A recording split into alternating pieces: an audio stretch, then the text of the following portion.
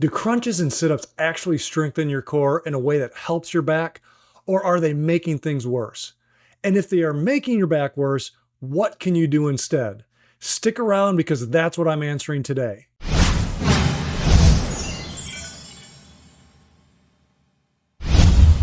I'm Dr. Ryan Wohlfert, and for decades, people have been told that crunches and sit-ups are the go-to moves for building a strong core. And if you've struggled with back pain, you've probably been told the same thing. Just strengthen your core. But here's the problem. For many, if not most people, they can actually add more strain to the spine instead of protecting it. So what's the alternative? How can you strengthen your core in a way that's safe, effective, and sustainable?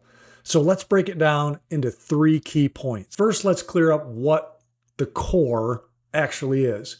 Your core isn't just your six-pack muscles. It's a whole system that includes your abs, yes, but also the deep stabilizers, your obliques, your back muscles, and even to an extent, your hips.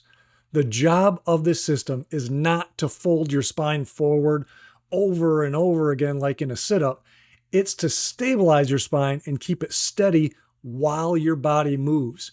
If your core isn't stable, your spine has to take on extra stress, and that's where pain and injuries creep in. Second, let's talk about why crunches and sit-ups fall short. Both of these exercises repeatedly flex your spine, which puts pressure on the disc in your lower back.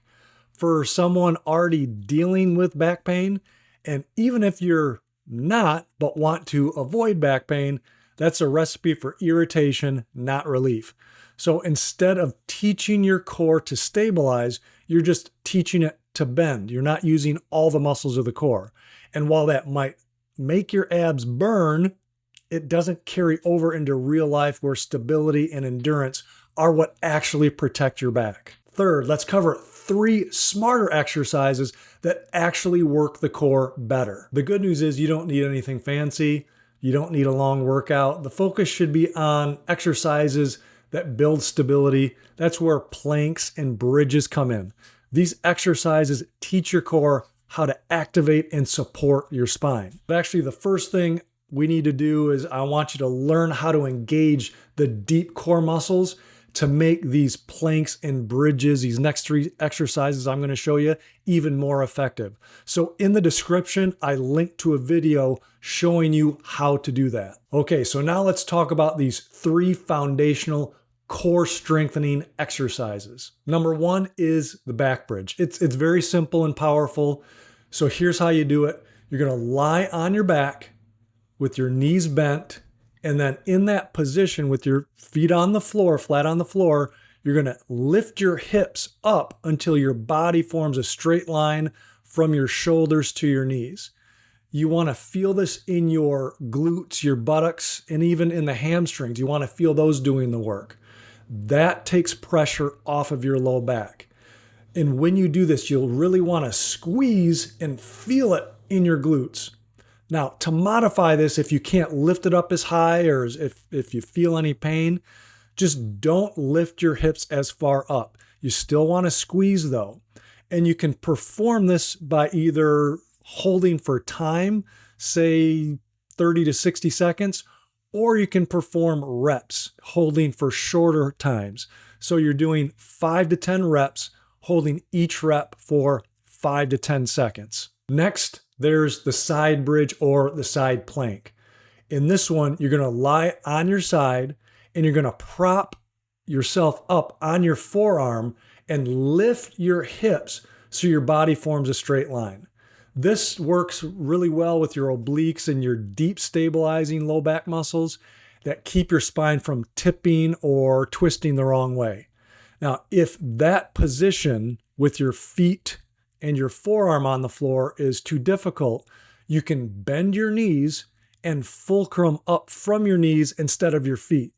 Now, this way you'll have better balance and you're lifting less of your body weight. It makes it easier to do. Similar to the bridge, you can hold it for time, 30 to 60 seconds per side, working up to that point, or you can perform reps. So you're doing 5 to 10 reps, holding each of those reps for 5 to 10 seconds. And remember, doing that on both sides. And now, of course, we have the classic plank exercise.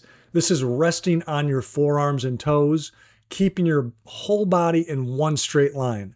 Now, this one lights up your entire trunk, your entire core. It trains the endurance and stability.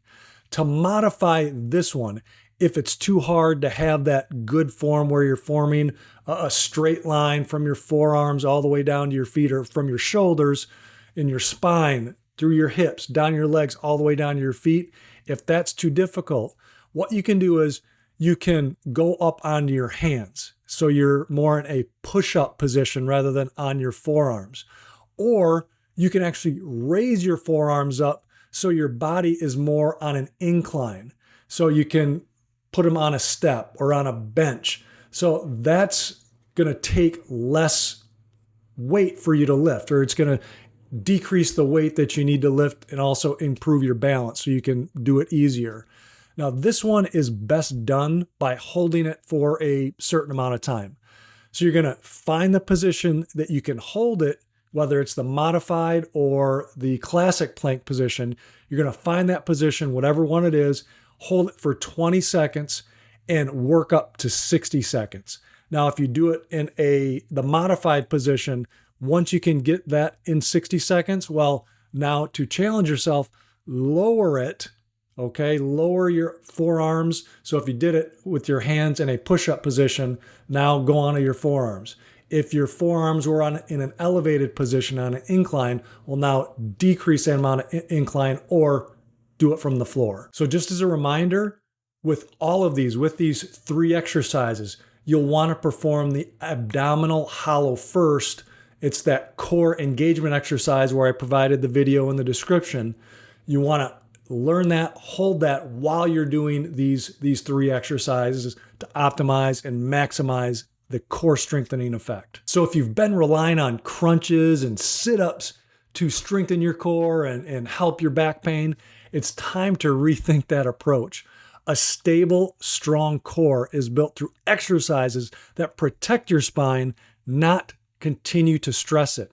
And when you train your core this way, not only do you get rid of back pain, but you also move better, you feel stronger in everyday life, and finally give your spine the support that it actually needs. That's it for today's video. If you want to find out more in depth about how your spine and posture is directly affecting your health and how you can fix it, click the first link in the description to get a posture and mobility assessment no matter where you are in the world. And as always, be your own guarantee for your health and your life.